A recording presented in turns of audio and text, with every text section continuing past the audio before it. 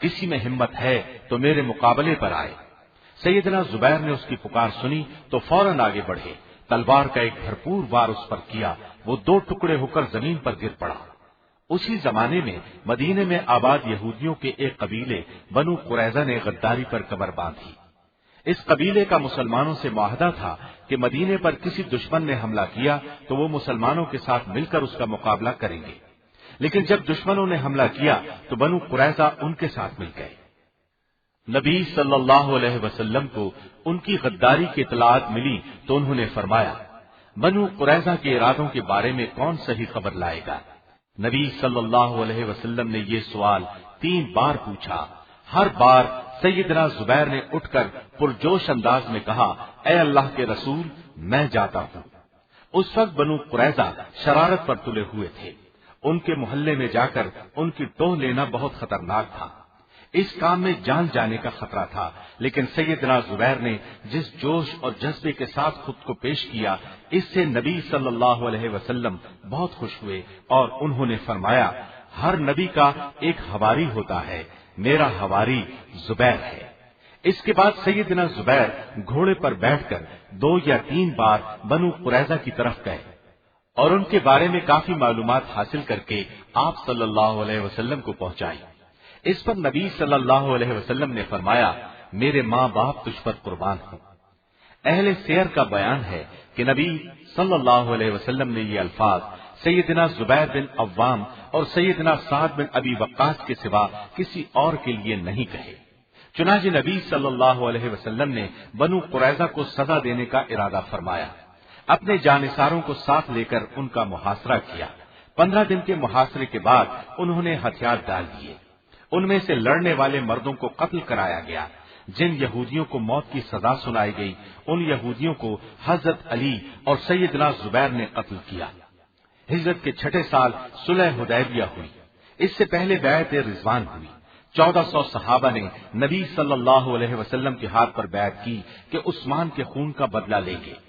سیدنا زبیر بھی اس بیعت میں شریک ہوئے۔ بیعت رضوان کے بعد آپ خیبر کی لڑائی میں بھی شریک ہوئے۔ یہ لڑائی ہجرت کے 7ویں سال ہوئی۔ اس لڑائی میں مدینے سے کچھ نیک بیویاں بھی اس خیال سے آ گئی تھیں کہ مجاہدین کے لیے کھانا پکائیں گی، زخمیوں کی مرہم پٹی کریں گی۔ ان میں سیدنا زبیر کی والدہ سیدہ صفیہ بھی شامل تھیں۔ خیبر کا معرکہ شروع ہوا۔ سب سے آخر میں قموس کے قلعے پر حملہ کیا گیا۔ اس قلعے کا حاکم مرہب تھا۔ وہ یہودیوں کا نامی گرامی بہادر تھا۔ وہ جوشیلے اشعار پڑھتا ہوا قلعے سے نکلا۔ سیدنا علی رضی اللہ عنہ اس کے مقابلے پر آئے۔ انہوں نے آنن فانن اسے موت کے گھاٹ اتار دیا۔ اب اس کا بھائی غضبناک ہو کر میدان میں نکلا۔ اس کا نام یاسر تھا۔ اس کا ڈیل ڈول بہت زیادہ تھا۔ اس کا مقابلہ کرنے کے لیے ادھر سے سیدنا زبیر نکلے۔ یہ یاسر کے مقابلے میں بہت کمزور نظر آئے۔ آپ کی والدہ صفیہ یہ فرق محسوس کر کے پریشان ہو گئیں اور بولی، اے اللہ کے رسول صلی اللہ علیہ وسلم، آج میرے جگر کا ٹکڑا مارا جائے گا۔ اس پر نبی صلی اللہ علیہ وسلم نے فرمایا، نہیں، انشاءاللہ وہ دشمن کو مار ڈالے گا۔ چنانچہ تھوڑی دیر کی لڑائی کے بعد سیدنا زبیر نے یاسر کو قتل کر دیا۔ اس کے بعد قلعے پر مسلمانوں کا قبضہ ہو گیا۔ فتح مکہ کے موقع پر نبی صلی اللہ علیہ وسلم نے سیدنا زبیر کو ایک دستے کا علم بردار بنایا اور اپنا خاص جھنڈا انہیں عنایت فرمایا۔ مکے میں داخلے کے وقت یہ جھنڈا اٹھائے ہوئے تھے۔ مکے کی فتح کے بعد جب ہر طرف امن ہو گیا تو سیدنا زبیر اور سیدنا مقداد اپنے اپنے گھوڑوں پر سوار نبی صلی اللہ علیہ وسلم کی خدمت میں حاضر ہوئے۔ اس موقع پر انہیں یہ عزت ملی کہ نبی صلی اللہ علیہ وسلم نے اٹھ کر ان کے چہروں سے گرد صاف کی۔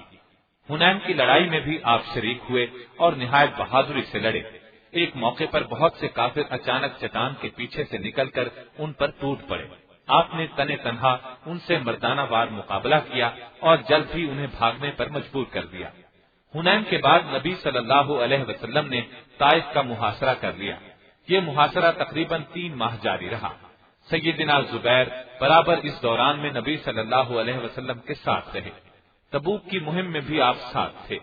ہجرت کے 10ویں سال آپ حج کے لیے مکے تشریف لے گئے۔ سیدنا زبیر سمیت 1 لاکھ سے زائد مسلمان آپ کے ساتھ تھے۔ اس حج کے جلد ہی بعد آپ اس دنیا سے رخصت ہو گئے۔ آپ کے بچھڑنے کا غم سیدنا زبیر کو بھی دوسرے صحابہ کی طرح بہت زیادہ ہوا۔ یہ ان کی زندگی کا سب سے بڑا صدمہ تھا۔ اس کے بعد دنیا کے کاموں میں ان کی دلچسپی بہت کم ہو گئی۔ ابو بکر صدیق کی خلافت کا زمانہ آپ نے خاموشی سے گھر بیٹھ کر گزارا۔ پھر سیدنا عمر فاروق کی خلافت میں ان سے اجازت لے کر اپنے بڑے بیٹے عبداللہ کے ساتھ شام کے محاذ پر چلے گئے۔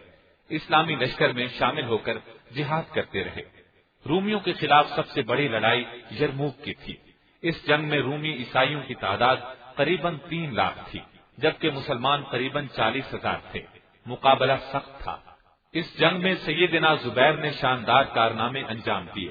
لڑائی کے دوران ایک موقع پر کچھ ساتھیوں نے کہا، اے ابو عبداللہ، اگر آپ دشمنوں کی صفیں توڑ کر ان کے درمیان سے آگے نکل جائیں تو ہم بھی آپ کا ساتھ دیں گے۔ آپ نے فرمایا، تم میرا ساتھ نہیں دے سکو گے۔ ساتھیوں نے کہا، ہم آپ کے پیچھے رہیں گے۔ اب سیدنا زبیر نے رومیوں پر اس زور کا حملہ کیا کہ صفوں کو چیر کر آگے نکل گئے۔ کوشش کے باوجود کوئی ان کا ساتھ نہ دے سکا۔ جب یہ واپس آنے لگے تو رومیوں کے ایک گروہ نے انہیں گھیر لیا۔ انہوں نے ڈٹ کر ان کا مقابلہ کیا۔ اس مقابلے میں انہیں کندھے پر زخم آئے، پھر بھی ان کے گھیرے سے نکل آئے۔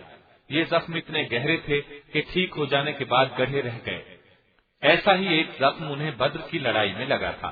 آپ کے بیٹے عروہ بچپن میں ان میں انگلیاں ڈال کر کھیلا کرتے تھے۔ شام کے محاذ پر سیدنا عمرو بن عاص موجود تھے۔ انہوں نے مصر پر چڑھائی کی، چھوٹے چھوٹے شہر فتح کیے۔ ایک قلعہ قصر شمع رہ گیا، وہ بہت مضبوط تھا۔ اس میں مصریوں کی فوج بھی بہت تھی، جبکہ عمرو بن عاص کے پاس فوج بہت کم تھی۔ انہوں نے امیر المومنین سیدنا عمر فاروق رضی اللہ عنہ سے مدد مانگی۔ آپ نے 4000 فوج 4 سالاروں کے ساتھ روانہ کی۔ سالاروں کے نام یہ تھے: سیدنا زبیر، سیدنا عبادہ بن صامت، سیدنا مقداد بن اسود، سیدنا مسلمہ بن مخلد۔ آپ نے عمرو بن عاص کو یہ خط بھی لکھا: ان سالاروں میں سے ہر سالار 1000 سوار کے برابر ہے، اس لیے اس فوج کو 8000 سمجھنا۔ جب یہ فوج عمرو بن عاص کے پاس پہنچی تو انہوں نے سیدنا زبیر کو سپہ سالار بنا لیا، کیونکہ وہ دینی مرتبے کے لحاظ سے سب سے بڑے تھے اور جنگ کے میدان میں بھی اپنا لوہا کئی بار منوا چکے تھے۔ انہوں نے گھوڑے پر سوار ہو کر قلعے کے چاروں طرف چکر لگایا۔ جہاں جہاں مناسب سمجھا مناسب تعداد میں سوار اور پیدل فوج کے دستے بٹھا دیے۔ ساتھ ہی منجنیقوں یعنی پتھر پھینکنے والی مشینوں کے ذریعے سے قلعے پر پتھر برسانے شروع کر دیے، مگر قلعہ پھر بھی فتح نہ ہوا۔ آخر ایک دن آپ کو بہت جوش آیا۔ آپ نے بلند آواز میں کہا، آج میں مسلمانوں پر اپنی جان قربان کرتا ہوں۔ یہ کہہ کر ننگی تلوار ہاتھ میں لی اور سیڑھی لگا کر فصیل پر چڑھ گئے۔ چند اور مجاہدین نے بھی ان کا ساتھ دیا۔ فصیل کے اوپر پہنچ کر سب نے مل کر تکبیر کے نعرے بلند کیے۔ یہ نعرے سن کر قلعے کے باہر موجود لشکر نے اس قدر بلند آواز میں اللہ اکبر کا نعرہ لگایا کہ زمین ہل گئی۔ مصریوں نے سمجھا سارا اسلامی لشکر قلعے میں گھس آیا۔ ان کے ہاتھ پاؤں پھول گئے، وہ بھاگنے کا راستہ تلاش کرنے لگے۔ اتنے میں سیدنا زبیر نے فصیل سے نیچے اتر کر قلعے کا دروازہ کھول دیا۔ پوری اسلامی فوج قلعے میں داخل ہو گئی۔ اب تو مصریوں کی ہمت بالکل جواب دے گئی۔ ہتھیار پھینک دیے اور صلح کی درخواست کی۔ سیدنا عمرو بن عاص نے یہ درخواست منظور کر لی اور عیسائیوں کو امان دے کر قلعے پر قبضہ کر لیا۔ بعد میں اس قلعے کے قریب ایک بڑا شہر آباد کیا، وہ فسطاط کے نام سے مشہور ہوا۔ اس کے بعد اسکندریہ فتح ہوا، اس میں بھی سیدنا زبیر نے حصہ لیا۔ 27 ذی الحج کو سیدنا عمر پر قاتلانہ حملہ ہوا۔ جب آپ کو اپنے بچنے کی امید نہ رہی تو آپ نے اپنے بعد بننے والے خلیفہ کے بارے میں یہ وصیت فرمائی: میں علی، عثمان، طلحہ، زبیر، عبد الرحمن بن عوف اور سیدنا سعد بن ابی وقاص رضی اللہ عنہم سے بڑھ کر خلافت کا کسی کو حقدار نہیں سمجھتا۔ رسول اللہ اپنی وفات تک ان سے خوش رہے۔ ان میں سے کسی ایک کو خلیفہ چن لیا جائے اور اس کی بات سنی جائے، اطاعت کی جائے۔ ان میں سے سیدنا زبیر نے اپنی خلافت کا حق چھوڑ دیا اور فرمایا، میں یہ حق علی کے لیے چھوڑتا ہوں۔ اس طرح سیدنا طلحہ نے اپنا حق عثمان کے لیے چھوڑ دیا۔ سیدنا سعد بن ابی وقاص نے اپنا حق سیدنا عبد الرحمن بن عوف کے لیے چھوڑ دیا۔ گویا اب خلافت کے لیے یہ 3 صحابہ رہ گئے: عثمان، علی اور عبد الرحمن بن عوف۔ ان میں سے بھی سیدنا عبد الرحمن بن عوف نے اپنا حق واپس لے لیا۔ یہ کہا کہ خلافت کے لیے میرے نام کو زیر غور نہ رکھا جائے، علی اور عثمان میں سے کسی ایک کو خلیفہ چن لیا جائے۔ ان بزرگوں نے فیصلے کا اختیار سیدنا عبد الرحمن بن عوف کو سونپ دیا۔ انہوں نے سیدنا عثمان کو خلیفہ بنانے کا اعلان کر دیا۔ وہاں موجود سبھی لوگوں نے سیدنا عثمان کی بیعت کر لی۔ آپ کے زمانے میں سیدنا زبیر نے پوری مدت خاموشی سے بسر کی۔ ایک بار سیدنا عثمان بیمار ہوئے تو اپنا قائم مقام زبیر کو مقرر کیا۔ امیر حج بھی انہیں بنایا اور فرمایا بے شک تم لوگوں میں زبیر بہتر ہیں اور رسول اللہ کو تم سے زیادہ محبوب تھے۔ 35 ہجری میں باغیوں نے سیدنا عثمان کو شہید کر دیا تو زبیر کو بہت صدمہ ہوا۔ آپ نے چند مسلمانوں کے ساتھ رات کی تاریکی میں سیدنا عثمان کا جنازہ اٹھایا۔ آپ ہی نے نماز جنازہ پڑھائی۔ اس کے بعد سیدنا علی خلیفہ بنے۔ اس موقع پر یہ مسئلہ پیدا ہو گیا کہ سیدنا عثمان کے قاتلوں کی گرفتاری اور انہیں سزا دینے کا مطالبہ زور پکڑ گیا۔ اس زمانے میں امت کی ماں سیدہ عائشہ حج کے لیے مکے تشریف لے گئی تھی۔ حج سے فارغ ہو کر آپ مدینے کی طرف روانہ ہوئی تھیں کہ خبر ملی کہ عثمان شہید کر دیے گئے، علی خلیفہ بن گئے ہیں، لوگوں نے ان کے ہاتھ پر بیعت کر لی ہے، لیکن مدینے میں ابھی تک فتنہ اور فساد پھیلا ہوا ہے۔ یہ خبریں سن کر وہ واپس مکے چلی گئیں۔ اتنے میں سیدنا زبیر اور سیدنا طلحہ ان کے پاس پہنچ گئے۔ انہوں نے بھی مدینے کے پریشان کن حالات بیان کیے۔ مکے کے لوگوں کو بھی یہ تمام حالات سنائے گئے۔ آخر ام المومنین عائشہ صدیقہ نے فرمایا عثمان کے خون کا بدلہ لینے اور فتنہ فساد دور کرنے کے لیے تیار ہو جاؤ۔ سیدنا زبیر اور سیدنا طلحہ بھی ان کے ساتھ چلے۔ سیدنا علی کو ان کے آنے کی اطلاع ملی تو آپ اپنا لشکر لے کر چلے۔ دونوں لشکر بصرہ کے مقام پر آمنے سامنے آ گئے۔ صلح کی کوشش شروع ہوئی۔ عائشہ صدیقہ نے عثمان کے خون کا بدلہ لینے کا مطالبہ کیا، فتنہ بپا کرنے والوں کی گرفتاری کا مطالبہ کیا۔ سیدنا علی نے اپنی مجبوری بیان فرمائی۔ ابھی صلح کی بات چیت ہو رہی تھی کہ فسادیوں نے رات کی تاریکی میں دونوں طرف سے تیر چلا دیے۔ اس طرح جنگ بغیر کسی ارادے کے چھڑ گئی۔ ابھی لڑائی شروع نہیں ہوئی تھی کہ سیدنا علی اپنے گھوڑے پر سوار ہو کر آگے آئے اور بلند آواز میں فرمایا اے زبیر، کیا آپ کو وہ دن یاد ہے جب ہم دونوں ہاتھ میں ہاتھ ڈالے رسول اللہ کے سامنے سے گزرے تھے تو آپ صلی اللہ علیہ وسلم نے تم سے پوچھا تھا کیا تم علی کو دوست رکھتے ہو؟ تم نے کہا تھا ہاں، تو آپ نے فرمایا تھا ایک دن تم علی سے ناحق لڑو گے۔ یہ سن کر سیدنا زبیر نے فرمایا ہاں مجھے یاد آ گیا ہے۔ سیدنا علی اتنا فرما کر لشکر میں واپس چلے گئے، لیکن زبیر رضی اللہ عنہ میں فوری طور پر تبدیلی آ گئی۔ اسی وقت لڑائی کا میدان چھوڑ کر شہر بصرہ کی طرف چل دیے۔ ان کا خیال تھا بصرہ سے اپنا سامان لے کر واپس مدینے چلے جائیں۔ ایک شریر شخص عمرو بن جرموز میدان جنگ میں آپ کا تعاقب کر رہا تھا۔ راستے میں ایک جگہ جب آپ نماز پڑھنے لگے، اس شخص نے ایسے میں تلوار کا وار کیا اور آپ کو شہید کر دیا۔ انا للہ و انا الیہ راجعون۔ اس جگہ کا نام وادی سبا تھا، وہیں انہیں دفن کیا گیا۔ ابن جرموز کا خیال تھا کہ آپ کی شہادت کی خبر سن کر حضرت علی خوش ہوں گے، چنانچہ وہ زبیر شہید کی تلوار اور زرہ وغیرہ لے کر آپ کی خدمت میں حاضر ہوا اور آپ کو بتایا کہ اس نے زبیر کو قتل کر دیا ہے۔ یہ سن کر حضرت علی کو بہت صدمہ ہوا اور ابن جرموز کو بد دعا دی۔ حضرت زبیر مالدار تھے لیکن سادہ زندگی گزاری، کئی شادیاں کی، شہادت کے وقت 9 لڑکے اور 9 لڑکیاں تھیں۔ ان میں سے عبداللہ بن زبیر نے بہت شہرت پائی، اللہ سے بہت ڈرنے والے تھے، اخلاق حد درجے پاکیزہ تھا، دیانت اور امانت میں مشہور تھے، غضب کے بہادر تھے، شجاعت میں اپنا لوہا منوایا، بہت اچھے شاہ سوار تھے، سخاوت میں بھی کسی سے کم نہیں تھے، اپنی ضرورت پر دوسروں کو ترجیح دیتے تھے، اپنا زیادہ وقت رسول اللہ کی خدمت میں گزارتے تھے۔